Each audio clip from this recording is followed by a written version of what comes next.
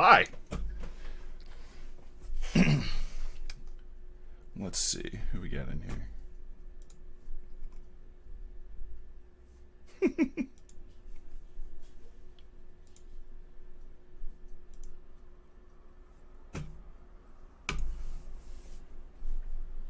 Hi. All right. Well, aloha, everybody. I'm going to start taking questions. We're going to kind of wait for people to get in here for another 5, maybe 10 minutes. We'll see. But start sending me questions, and in a few minutes we'll start answering. And then if nobody answers questions, I'll figure something else out.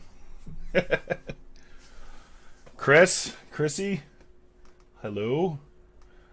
Zeke, Ride Dive Movies. I have a feeling that Ride Dive Movies might be Nodder. Hello, Nodder.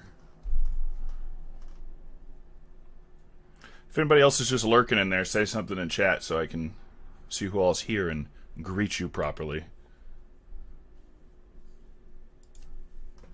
Let's see.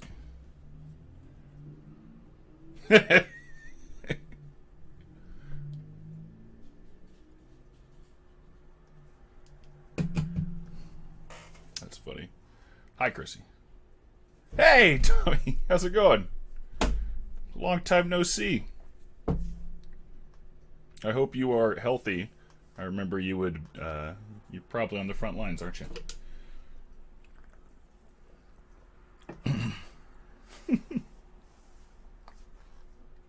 What's poppin'? Alright, well, I won't be super boring. Let's see.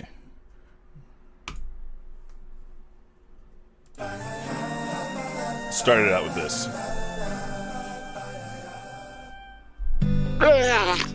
Oh, I wonder if you guys can even hear that. Can you? I hope so. This video is amazing. Let me know if...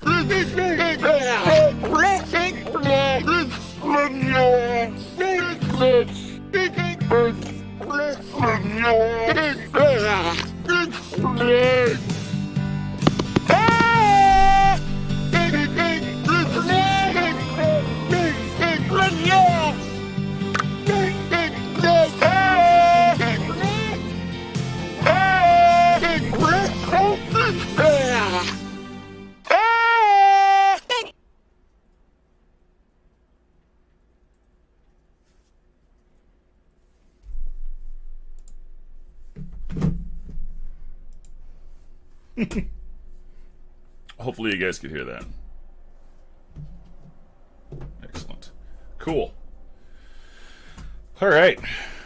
Well, let's see. I don't see any questions yet. That's kind of the thing here. I'm going to play videos until I get some questions. And then if not, then I'll just start talking, which is fine either way. So, let's do some cave diving.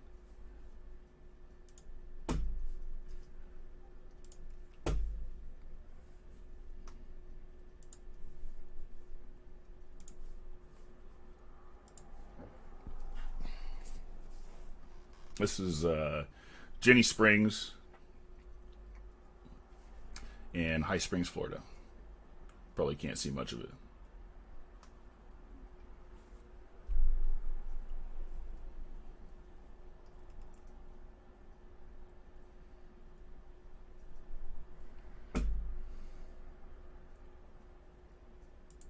And yes, Rich, we can figure out a way to get you a Kiss Sidewinder in orange. There's a way to do that for sure.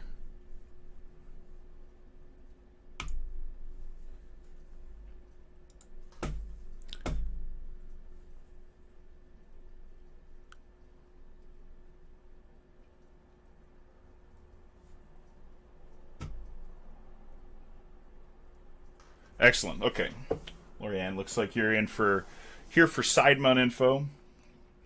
You're not interested in a lot of cave diving, but curious as to whether or not side mount is useful for open water.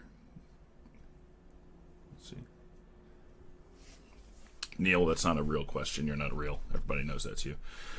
Cool. So side mount is actually really cool for open water. A lot of people tend to think that it's just for cave diving, and it primarily started out that way. Actually, a long time ago, the French cavers were going through sumps, and they would attach tanks to their hips, basically, but it wasn't as refined of a setup as we're using now, whereas we use like we clip the tank onto our waist and then use a bungee to retain the valve.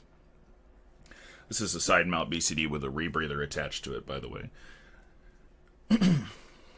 But the cool thing about side mount is that you don't necessarily have to use it just for caves. It's really comfortable in open water. First of all, a lot of people will tell you right off the bat that as soon as you put on a side mount BCD and get in the water, it just puts you in this super flat horizontal trim, making things super easy for you. Other people, you know, it can be kind of cumbersome rocking 2 tanks on a boat when everybody else is just using a single tank. Now, I've seen people do it. I don't personally recommend using double tanks on a normal recreational dive charter because you always end up using a little bit more or a little bit less on the first or second dive. So one of the dives gets shortened. It's when that happens, it can be inconvenient for your guide if you have less air or more air on that dive than everybody else. So it kind of wrecks things. It's also more cumbersome to get in the water. I like to do a single tank side mount if I'm diving with other single tank divers on the boat. And all you have to do to make that happen, you might think, oh, I'm going to roll, right? And that would be the case if you didn't do a little trim weighting. But right here, I've got this weight plate. These are actually really cool. You don't have to use this. You can use anything. You can actually weave the weight into the harness if you plan to do a lot of single tank diving. And people have success with that. But with these guys, you just thread a weight through in a second. You've got a let's see, you guys can see that. Cool. So these weight plates allow you to quickly put a weight wherever you want on your webbing. And if you throw a 2-pound weight right here to kind of counterbalance the first stage and tank, they're going to be over here throwing you out of trim. It'll keep you pretty perfect, actually. I find it extremely comfortable the few times that I've done it. I actually have these up here to do a little trim weighting for the Sidewinder. It has a bit of a weird thing going on. Having a first stage down here, you have to have a little bit of weight right here to counteract it. Let's see.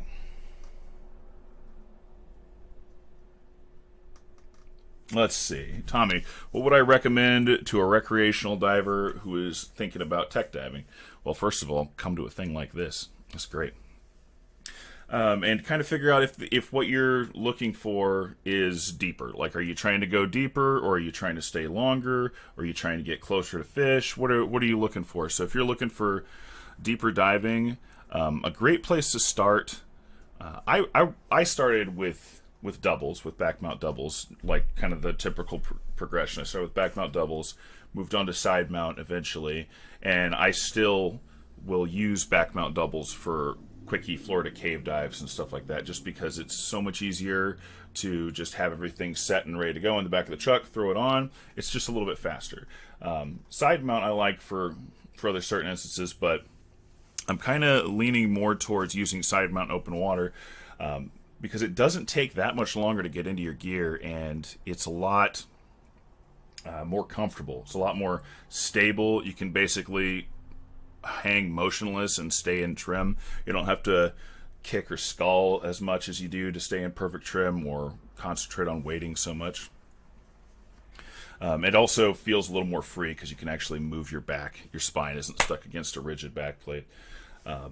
One of the best things about side mount is traveling. So finding a set of doubles in a place that doesn't normally do a whole lot of technical diving, like Hawaii, for instance, it's kind of difficult to rent a pair of doubles here, especially on the Big Island. There's a guy that rents them out of his garage, but that's about it. So side mount is nice because you can just show up anywhere and grab any 2 tanks and side mount all day long. So I would recommend, hitting up a Rebreather tri-dive or trying out Rebreathers. I really like going advising people to go straight for rebreathers. Obviously, not everybody wants to make that plunge right off the bat. So if you want to try something out that doesn't cost you, 10 grand including training, they're cheaper than that. They're not that bad. But if you want to do something that doesn't cost you as much, you could try out side mount or even back mount doubles. Do like a Patty Tech 40 course or whatever agency, as long as you've got a good instructor. That's the important part. Let's see what else we got. Should or why would a rec diver invest in a rebreather? Haha! Good question, Rich. Okay, why would you invest in a rebreather for recreational diving? Okay, so first of all, I'm sure we've all been, well, maybe not all of you, because some of you may have extremely good air consumption. So first of all, you don't have to worry about your air consumption at all. It's an extremely freeing feeling. You get down there and it's like we can go wherever we want. Doesn't matter. The amount of time I can stay underwater is the same. The next best thing is your no decompression limit. So I could pull up the multi-deco and show you guys all that stuff, but I'm not going to right now just because it's a pain. But if you go and you do the calculations yourself and you look at with the PO2s you're diving on a rebreather, let's say I'm going on air on a dive at 60 feet, very recreational dive. I can stay down at 60 feet for about 55 minutes according to the tables. If you are doing that on a rebreather and you have a PO2 of around 1.2 or whatever you want, you're going to be looking at well over 3 hours of no decompression limit. A long, long time. You can stay down without needing to decompress. And then you kind of get a diminishing return the deeper you go, but you still always get more time than open circuit. You hit an equivalency with Nitrox 32 at about 111 feet or so, because then it's at a 1.4, maybe a little bit shallower actually. It's at a 1.4, so Nitrox meets you there, but then with Nitrox you can't go deeper than that. You're stuck at that maximum operating depth, but you are most efficient there. With the rebreather, it's constantly mixing gas on your back, so it's changing your PO2, which you guys that are Nitrox certified will remember that your PO2 has to do with your maximum operating depth a great deal. So we dive to a 1.4, all that good stuff. And this thing is constantly changing the PO2 depending on the depth to give you a 1.2 or whatever you're running it at. This one's a manual, or not a manual, a mechanical CCR. So it's passively adding gas and I'm just making adjustments. Let's see. Sarah, do we stock those weight plates at JDL? No, but I'm working on it. They are freaking cool. If you need some, I think Nate might still have some that he's selling. He had a bunch. Let's see.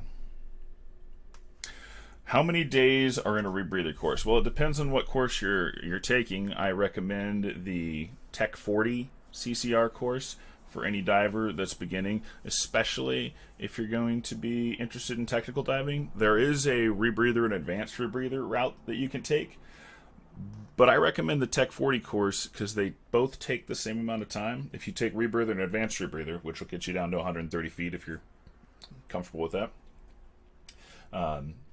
you could do, in the exact same amount of time, you could do Tech 40 and be certified down to 130 feet with 10 minutes of deco and know substantially more about your unit. Oh, go full screen. Thanks, Carlos.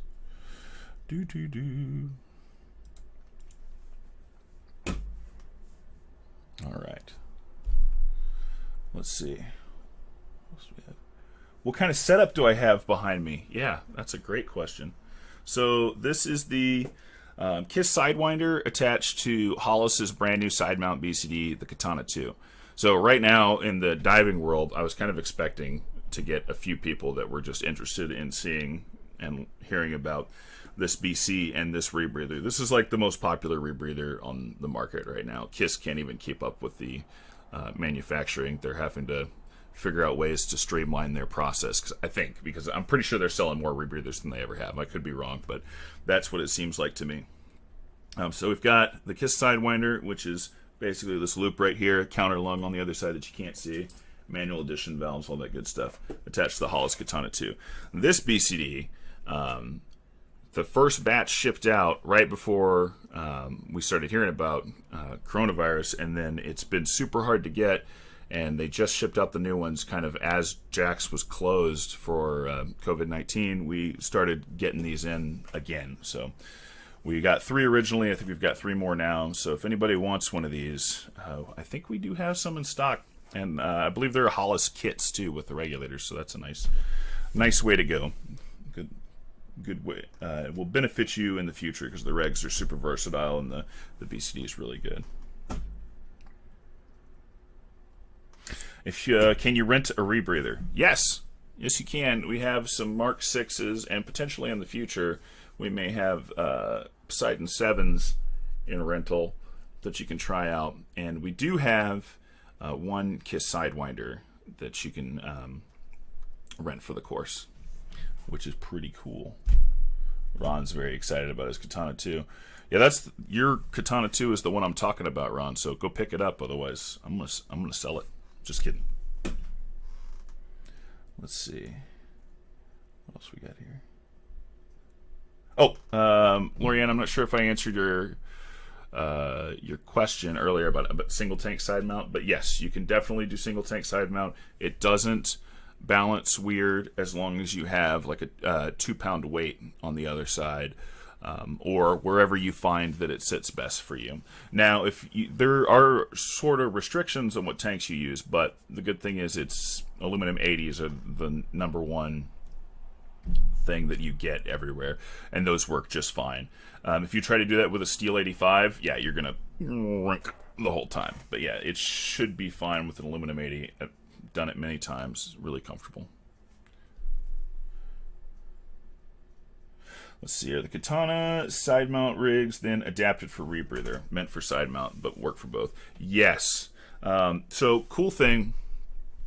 Ed Sorensen, who is a cave instructor in Mariana, Florida, is worked super closely with KISS about their Sidewinder rebreather. He helped him out. Helped him figure out the design a little bit on how to mount these canisters, and he also did the same thing. I believe him and Nick Hollis were talking about the design of the Katana 2, and I'm pretty sure it was Ed's idea to go ahead and make this the only BCD on the market that is engineered to work with the KISS Sidewinder. Now, you can use the KISS Sidewinder with just about any side mount BCD. They actually have some adapters made for some of the more popular ones, which makes it nice and easy. But this one, you need no adapter, and basically all they've done, I'm not going to move this right now because it's full. It's not just put together like a display. I was diving it earlier last week, so it's got scrubber in it and everything, ready to go. How much for the weight plates? Matt, for you, about $75. That'll do it. Nodder. How many people need to be in the class to keep the cost down? That's a great question. And we're moving towards a new thing with our higher level classes, the classes where there might be less demand for them, like the instructor course or technical classes. And there's actually no minimum for the rebreather course. You can take it as a single and not be penalized. We've got it priced that way. However, you can bring an additional person, and for every additional person in the class, you get $100 off. They get $100 off. So, and then if there's 3 people, then everybody's going to get $200 off. That type of thing. And it caps at 200. You can't make the course free just by having 100 people. Let's see. What does it take to get certified on a rebreather? 5 fun-filled days and a kind of sort of long manual. You got to read it and answer the knowledge reviews, and then you take an exam. So the 5 days, first day is going to be building up the rebreather, and if you're taking the Tech 40 course, then you're going to be also going over some dive planning software. You're going to build the rebreather, tear it down, talk about how to clean it, sterilize it, how to take care of the unit, and then day 2 is going to be pool, mostly pool, and then after that you've got some dives to do, some ocean dives, and at the end of day 5 you'll be certified to 130 feet with 10 minutes of deco anywhere in the world. Hollis logo, orange, awesome. Nice. Is it difficult to fly with rebreathers? It can be. I haven't had any problems flying with rebreathers. It just depends on how much gear you want to bring and how much yours weighs. So I'm on my second rebreather now. I teach 2 rebreathers. The other one that I teach is Poseidon. I traveled with that, and it fits nicely. You can get most of the rebreather if you break it down into a carry-on, and you can definitely get the really important parts into a carry-on. So that's a great way to go. For this thing, this is tough as nails. I would just check it, and it'd be fine. It's so obviously you've got a BCD, and this is, it looks kind of wide right now. This is about the size of a normal BCD, like a normal single tank BCD, and it doesn't take up much space. This is actually, you could fold this if you wanted to, although there's this rigid back plate right here, so I would probably just make it thin like that. So you could do that. These canisters are just connected by bungees and bolt snaps, so they come off. They're relatively small, and they're easy to pack. So all this thing breaks down. You can get this into one carry-on, no problem. Most places are going to have the cylinders that you need, and you could pretty much use whatever you want. Like a small cylinder at the bottom filled with oxygen. You can use any rebreather cylinder. 2 liters work best, so if you've got your choice between 2 dive shops and one has 3 liters only and one has 2 and 3, it might be nice to get a 2 liter just because it fits a little bit better, but at the same time, I'm not all that worried about it. If you're diving less than 130 feet or less, then you could use just a single 40 as your diluent and your bailout gas. You can add more on as you need to for the deeper you go. It makes it super duper easy. Let's see. How much does it weigh? How much does it weigh? Let's find out. I've got it pulled up right here. It doesn't weigh very much. It's pretty small. If you've ever, it weighs a lot less than any other rebreather I've used or seen, which is not saying a lot. Let's see. So weight complete with BOV, harness and wing, minus the tank and Zorb. So let's, I don't want to say a few pounds, 4 pounds, 5 pounds of Zorb in there, something like that. And then a tank's probably 8 pounds. But without all that stuff, it's 21 pounds, so very light. It's not going to... You could even fly with your O2 cylinder if you wanted to and still stay under the 50-pound limit. That wouldn't be a problem.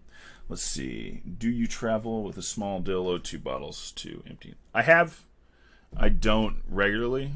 I would probably try to go to a dive shop that had the cylinders for it, and that's becoming more and more common. How would this work on dive charters? That's great. So most people typically will spend about, let's say, 3 hours on a rebreather. On the Poseidon that I taught before, they rate the scrubber capacity at 4 hours. 3 hours, sorry. Kiss is a little bit more liberal with what they say the scrubber can do, and it's more accurate. The other one is 3 hours is really conservative. They can do a lot more than that. They say, like 4 or 5 hours on this thing. So me personally, I'm happy with getting 3 hours underwater in a day. I feel like that's enough for me. So if you go on one of our boats, you do 2 80-minute dives, that's going to be, what is that? Just under 3 hours, right? You may be getting shorted 20 minutes, but that's nice. We give you a sandwich too. So basically you just go down, dive, come back up, take it off, put it on again, dive, come back up, take it off. So that's how that would work with a dive charter. Let's see. All right. See, it looks like I might be out of questions. That means it's time for more videos.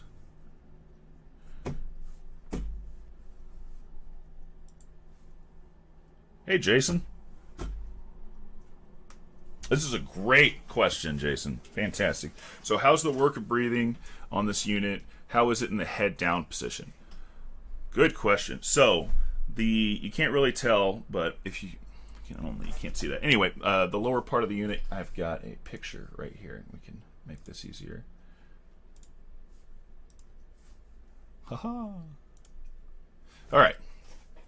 So if you're looking on here, on this image I've got up, this part right here that's attached to the bottom of the scrubbers and kind of runs behind, it's the same color as the BCD, so you can't really tell the difference between the BCD and the counter lung there. But that's the counter lung. So what that is when you exhale on a rebreather, the scrubber canister or canisters are rigid, and you need to have a place for that air to go that can expand so it can actually move through the loop. Otherwise, you wouldn't be able to inflate these. You get it.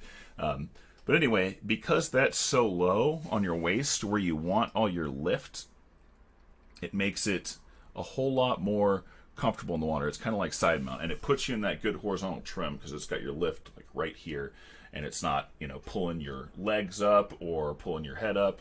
On a normal rebreather, your counter lungs are typically over the shoulder, on the chest, or back mounted, and when you have those, it tends to throw you out of trim, and you end up having to throw a bunch of weight up on your upper body so that you can get it weighed down. I end up with almost all my weight on my shoulders to get my Poseidon down. But with this thing, I stay in good horizontal trim. Now, that does come with a drawback.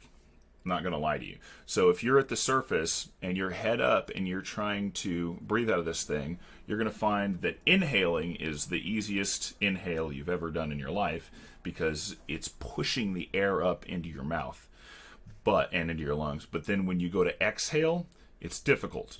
You do have to push to get the air into the counter lungs, and that's only when you're at the surface. You can also be on the BOV or whatever, or just just breathing. I almost said snorkel. We don't need any snorkels around here.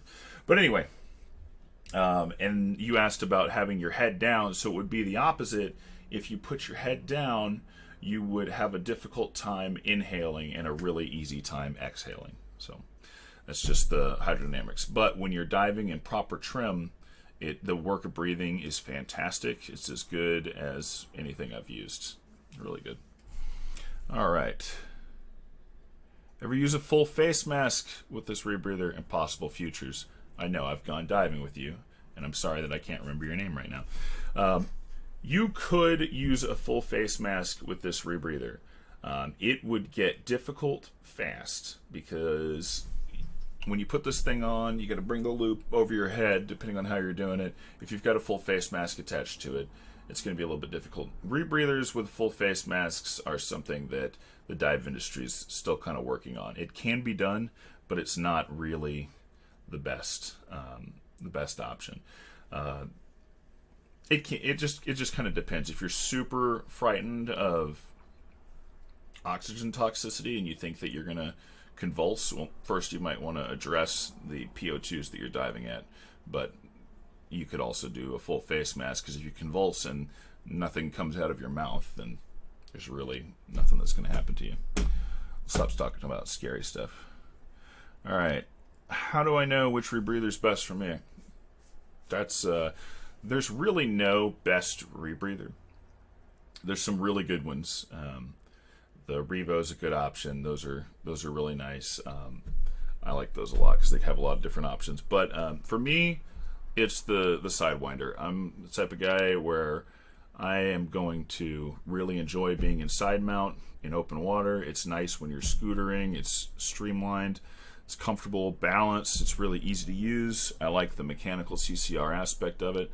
And I like to go cave diving now and then. So when I go to Florida, this is definitely going to be my rig, and I'm going to have a great time down there in that. Now, you may not want to do a side mount rebreather or anything like that, so you could go with another KISS rebreather like the Spirit LTE, which is essentially the same rebreather except for everything's mounted on your back. We're not teaching that yet, but we may teach it in the future, which is cool. You go with Poseidon if you want something extremely automated that's going to take care of everything for you. There's all kinds of rebreathers on the market, but one thing that's really important is to make sure that either somewhere local to you or the dive shop that you're going to use primarily has parts for this thing. Now, you can order stuff like KISS will send you parts anywhere in the world if you need this stuff. But if you're coming out here a lot, then it makes sense to dive a KISS rebreather because we're going to have parts in stock. Poseidon stuff, we'll have parts in stock. I wouldn't necessarily come out here with a Sentinel and think, oh, these guys are going to have parts for me. It's not going to happen. Nobody's got parts out of here. Nobody in Hawaii sells, VR stuff. They don't sell Sentinels. Let's see. What's up with the stories of experienced divers dying on rebreathers? That's very true. There have been deaths on rebreathers. My favorite thing to quote when somebody talks about that is that there has not been a single rebreather death where the checklist was found in the diver's belongings or on the diver's person. So rebreathers are you have to be methodical when you're building these things up, and you have to check a certain amount of things, and you can't trust your memory to it. You have to have a checklist, which I have right here. On my checklist, it's got everything I need. It's laminated. I have a smaller one that sits in a pouch on my rebreather, and I've got that on me at all times. And whenever I'm building this thing up, I do go step by step every single time. You have to. And if you do that, it's gonna everything. I can't say everything's gonna be fine, but you have a way better chance. I mean, you can always have something break on you when you're diving. You could have a yoke O-ring blow on you in the middle of a dive, and that doesn't happen very often, very rarely, in fact. But I mean, let's say, what was it, 6 or 7 years ago, Excess Scuba had these high-pressure hoses, those braided ones that look so cool, the ones that were so thin, they almost look like a toy, a little spaghetti noodle. Those things started blowing up on people in the middle of dives, and I actually know someone that works at Jack's that had that happen to him, and basically you lose all your gas very rapidly. So that kind of thing, I mean, you got problems with every unit, but with the rebreather, as long as you're doing your checks and everything, it's not going to be a problem. You just have to make sure that you're diligent about your checks, and that you're always, willing to quit a dive if something's not right. It's all when in doubt, bail out. The only way that people get killed diving is whenever they violate known safe standard practices. It's like clockwork. Every time you look at the diving death, you'd be like, oh, this is a thing that we knew we weren't supposed to do, and they did it, and that's how they died. Let's see. Is it true that you can approach marine life closer without frightening them with a CCR? Yes, definitely, but not everything. Certain things will let you get crazy close to them, especially if you find a spot where you've got fish that don't normally see a lot of divers. They won't know what to do with you. Like, I remember I was doing a dive out in Kailua Bay and found this coral island type of thing, and there were a bunch of pennant butterflies hanging out around it, and those guys acted like they'd never seen a diver before. They just came right up in my face, and I actually do have a pretty good example of that. I think I'm pretty sure I had this brought up. Let's see. So this is actually on Kauai. It's taken during my normoxic trimix class. So this dive was to a maximum depth of 180 feet, I believe. So I'll just let that play for a minute because it doesn't stop being impressive. Okay, great. I guess I won't let it play for a minute. Let me fix that real quick.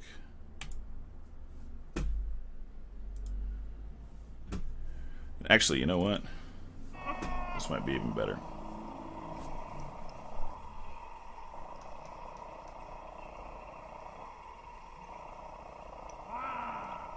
So you can see we've got lots of pennants, different butterfly fish. We got a lot of tape down there, millet seeds, pyramids. You can see it just kind of depends on the marine life, but you can see we can get really close to this stuff and they're not disturbed at all. This lobster doesn't even care.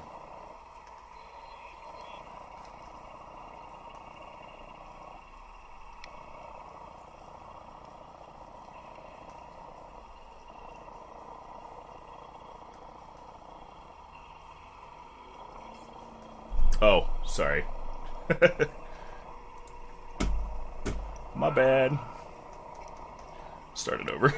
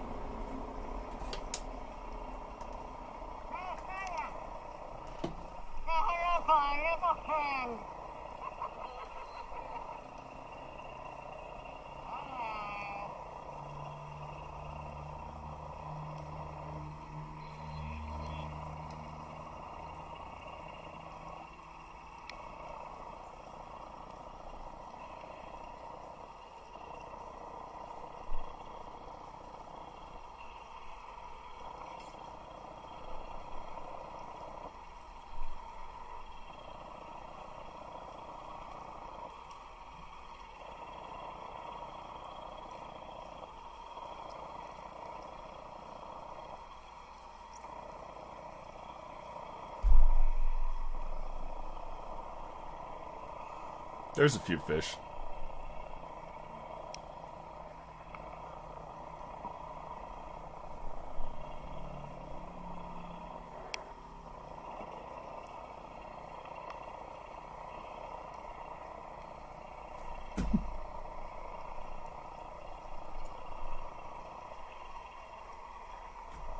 Yeah, if you guys haven't dove Kauai, I mean, oh, look at all the black coral down there. I didn't even notice that. Definitely don't go there. The Big Island's way better. Come dive with Jack's Dive Unlocker.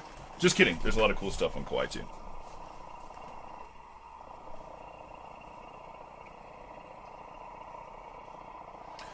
So I don't know about you guys, but it seems to me that these fish are pretty cool with the Rebreather.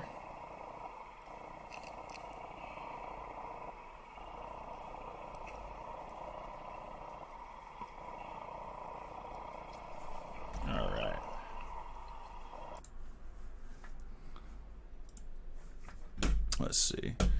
And I've got another one I can bring up.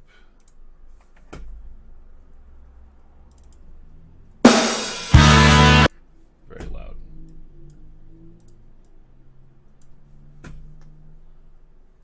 Which site is that? I'd love to tell you. It doesn't have a name. It is, I tell you, it's near a dive site on Kauai called Sherwood Forest. But this is, so Sherwood Forest would be big inside on that dive site. It's like 100 and, that particular video was probably at 160 feet. So kind of deep. But anyway, let me open up this other video.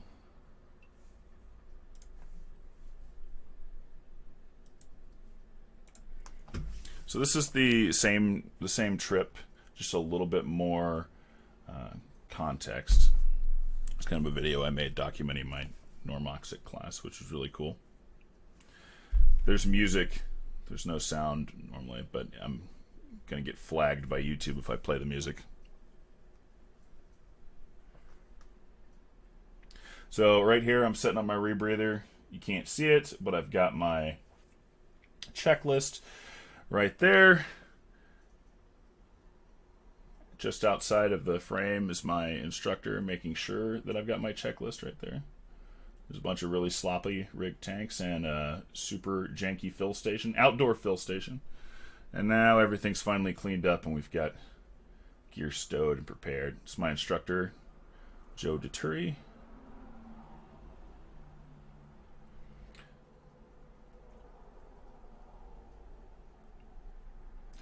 And I like this this dive that we did here. It's particularly impressive with the fish, and you're going to see tons and tons of black coral, uncollected black coral, which is really fantastic to see. I didn't know there was this much left of it in the whole world.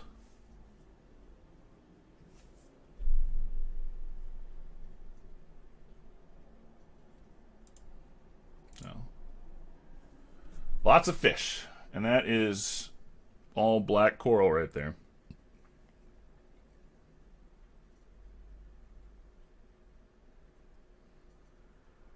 That's me. This is my Poseidon. Still use it, although I do tend to use my Sidewinder a lot more these days.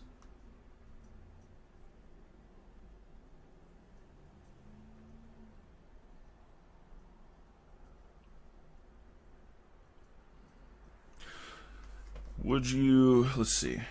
Would you need to worry about exotic gases? So it depends on the depth you want to do. If you want to dive to 130 feet, then all you need is air and oxygen. Super easy. If you want to dive beyond that, then you still have to deal with the narcotic effects of nitrogen, ruining your dive and making it to where you can't remember it at all. I'm going to have to skip this.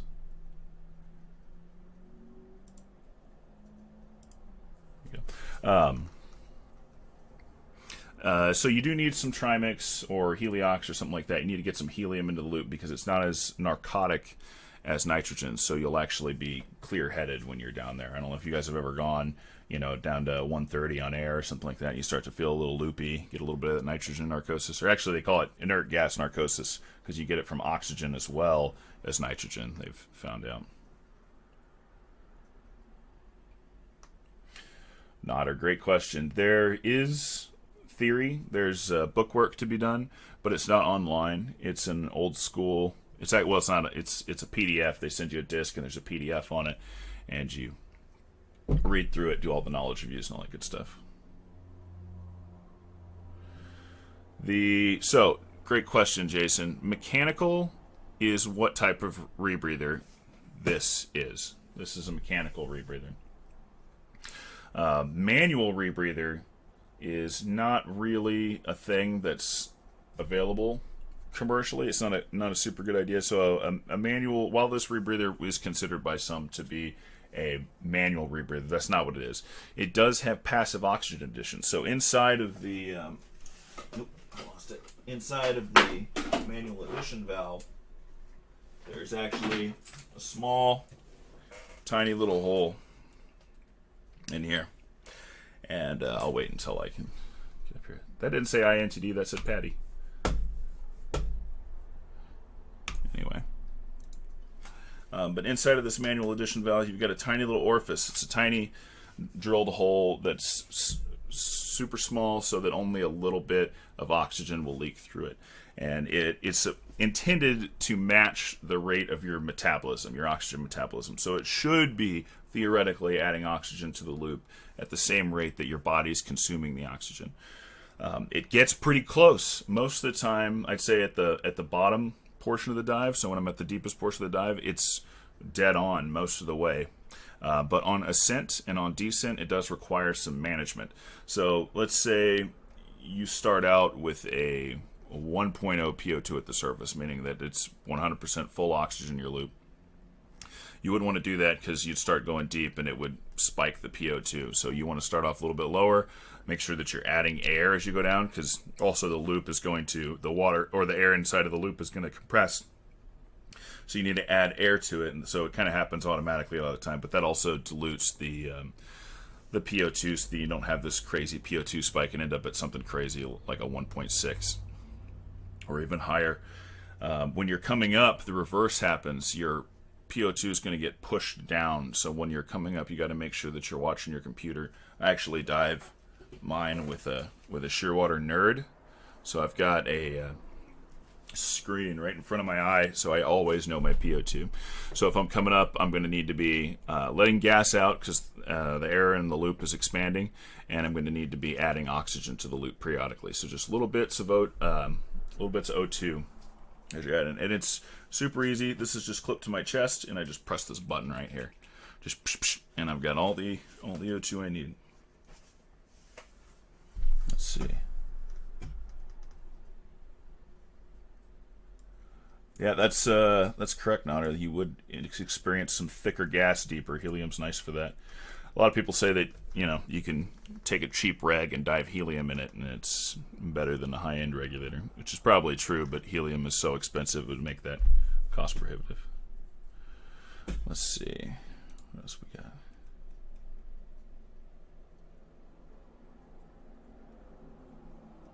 So, what else we got here? All right, so yeah, lots of different things to consider when you're diving a rebreather. If you're going deeper, you are going to need the trimix, so you have to do things a little bit differently. But diving 130 feet and shallower, it's extremely easy. A lot less work, and you can stay down almost indefinitely on this. Let's see. I want to see if I can get this video to work.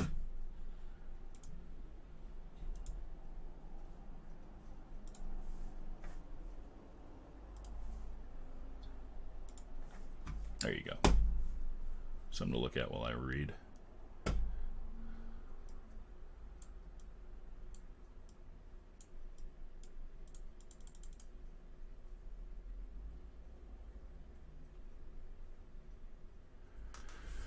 What class would you need in order to try single tank side mount? So I'm not sure, and maybe you can clarify a little bit if what you're talking about. I mean, you could just take the side mount class. You don't have to have any crazy prerequisites for it. You have to be an open water diver, but you could take the side mount class and try it out. It's a fairly brief course. It's not too bad. Let's see, if I'm a PADI Trimix diver already, how does that transfer over to CCR? Well, it transfers over very well as far as knowledge. It kind of builds upon it. So you've got all the knowledge you need when it comes to bailout gases, right? So you know everything you need, because it does help to be tech certified before you start doing a rebreather in that aspect, knowing how to manage bailout gases and make sure that you're not switching to a gas that's going to hurt you when you're at depth or something like that. So, but you do need to kind of sort of start over. So you would just go straight into PADI Tech 40 CCR, and then you'd build your way back up to Trimix. I know that can be a little bit disappointing for those of you that have done that, but that is one of the reasons why I always say that it's faster to start with Rebreather, especially with how expensive Trimix is. I get it, you know, there's people that just want to go and they want to do Tech 100 because they want to go to 330 feet and see what that's like, and that's all they wanted. They just wanted to see what's down there once, and that's or very few times. That's fine. But if you want to do it regularly, then a Rebreather is going to save you tons and tons of money over the long term. Let's say you're going and you're going to do a dive to 250 feet or something like that. You got to fill up your doubles with Trimix, your side mount tanks with Trimix, and then you've got to have O2. You got to have 50%. You don't have to have those. One decompression gas, some kind of maybe a travel gas, probably, because you're going to be having hypoxic gas if you're doing a 250 foot dive. You might be spending $300, $400, $500, maybe even more on a single dive for a Trimix dive on open circuit. With a Rebreather, it's going to be closer to, it's probably going to be like $50, maybe less. It just kind of depends. Usually I'm spending $25, $30 in gas on a deep dive, and that's just because I don't use it all. You do have to have bailout, but you only make that purchase once, and you just keep reusing it. And then typically what I would do is, I don't have to with this unit, but with other units, your bailout you never touch, so afterwards you can take your bailout in a year when it's time to VIP your tank, boost the bailout gas into a diluent cylinder, and then reuse it, so you never have to actually waste it, because you're going to use that anyway, and then you just refill your bailout cylinder when you do your VIP. Let's see, are there still liveaboards and charters that don't allow rebreathers? Yes. I know for a fact that the Kona Aggressor doesn't do rebreathers, and that's just maybe a reason not to go with them and go with Jack's Diving Locker instead. But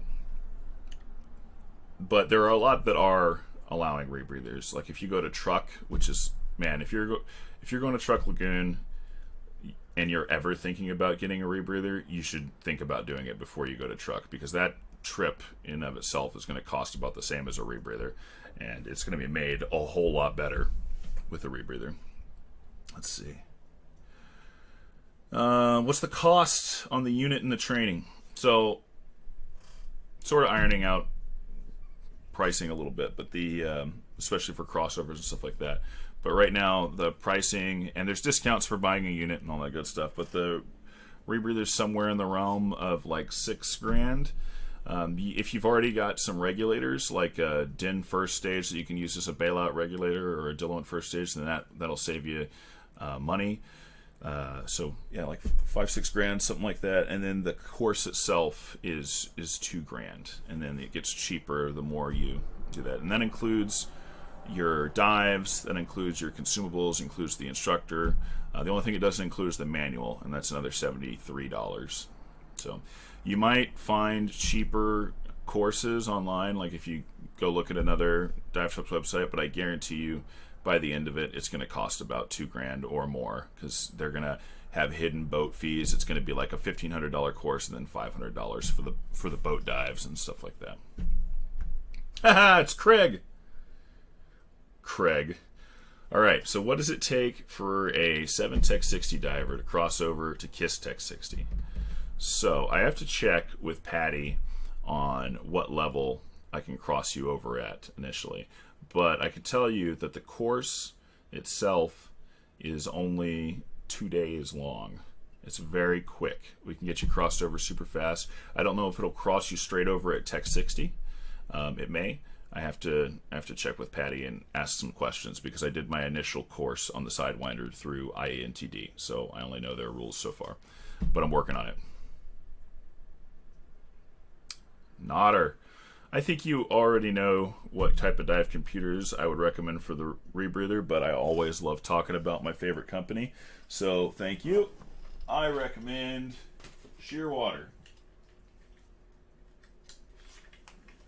In addition to anything that Jack sells, but specifically Shearwater. These are nice, colorful screens. They're super easy to read. They are extremely easy to use. They're very functional. They have just about every feature you could think of or ask for, Bluetooth, whatever you want.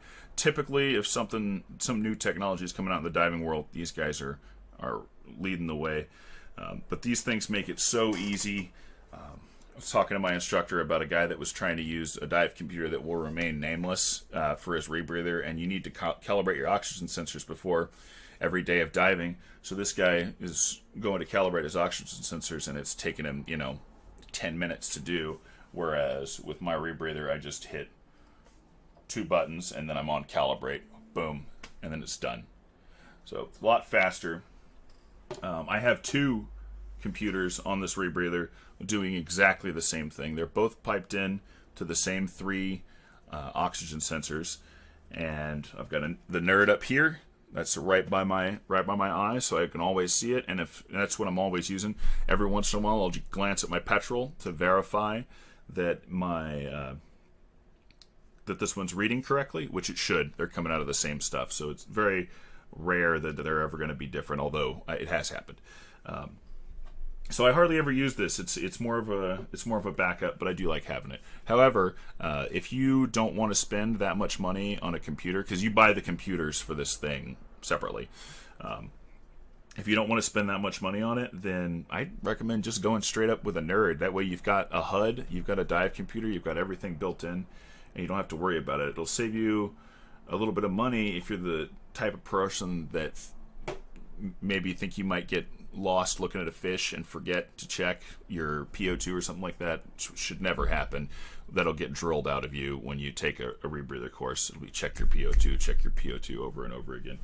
But it's nice to have that near eye remote display in case a whale shark swims by and you get a little bit distracted. You can read that. It's really nice. Impossible futures. When can we start? Anytime. Why Patty and not SSI? So Jack's Diving Locker is a Patty shop. We don't teach SSI, and we kind of have to stick with Patty just because of the type of dive resort we are, like a 5-star instructor development center, I believe it's called, and that means we can only teach Patty stuff. Best computers on earth, yes, absolutely. What type of dive? Oh, I already answered that. Excellent. Well, wow, time has flown by. We've got about 5 minutes left, so get the questions in while you can. I'm just going to put up some video.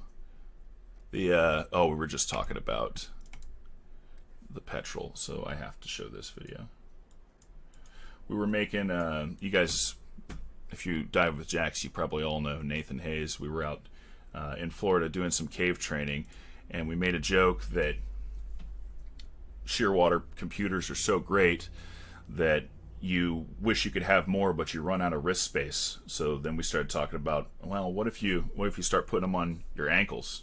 You get ankle petrol.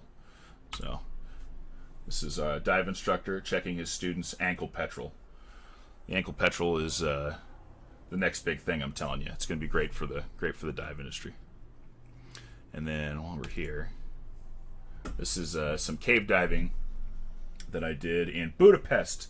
You can dive in Hungary. And believe it or not, I'm in a wetsuit.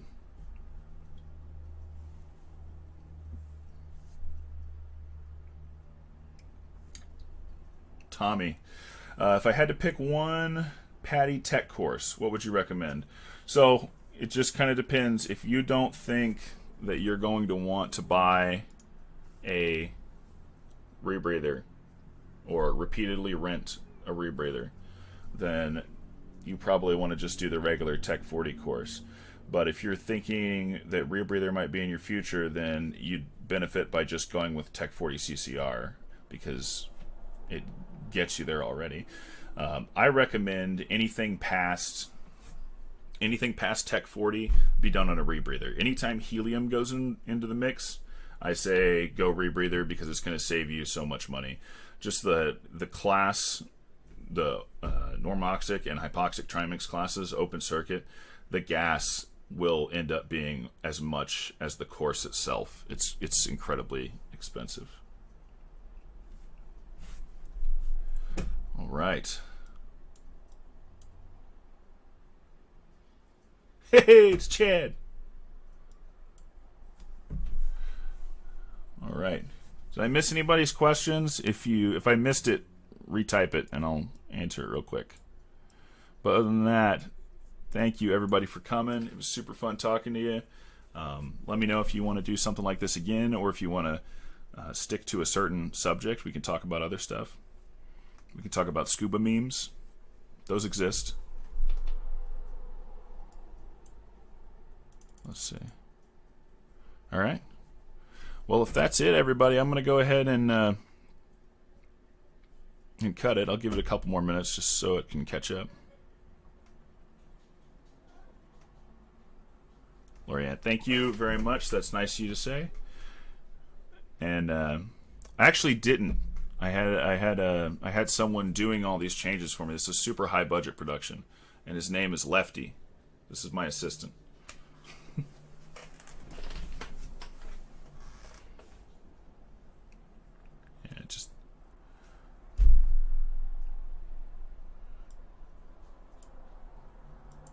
Thank you, everybody. Thanks for the kind words.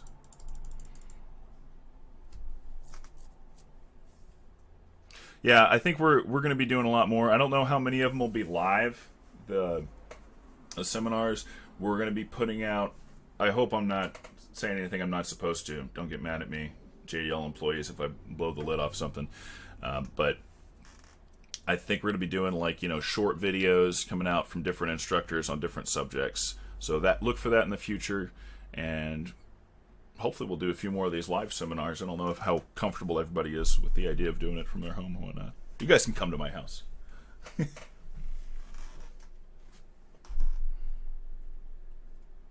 All right.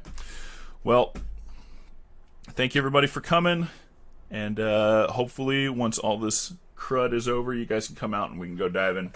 Maybe try out some rebreathers, try out some side mount stuff. If you have any questions that we didn't get to, maybe you just don't feel like typing in the chat bar, feel free to email me at Zach, Z-A-C-H, at jacksdivinglocker.com.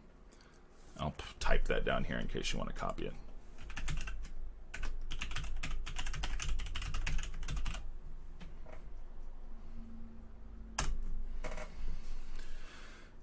And man, for all of you that are my students that showed up, thank you very much. It's nice to see all you guys. Okay. Mahalo, aloha, and take it easy.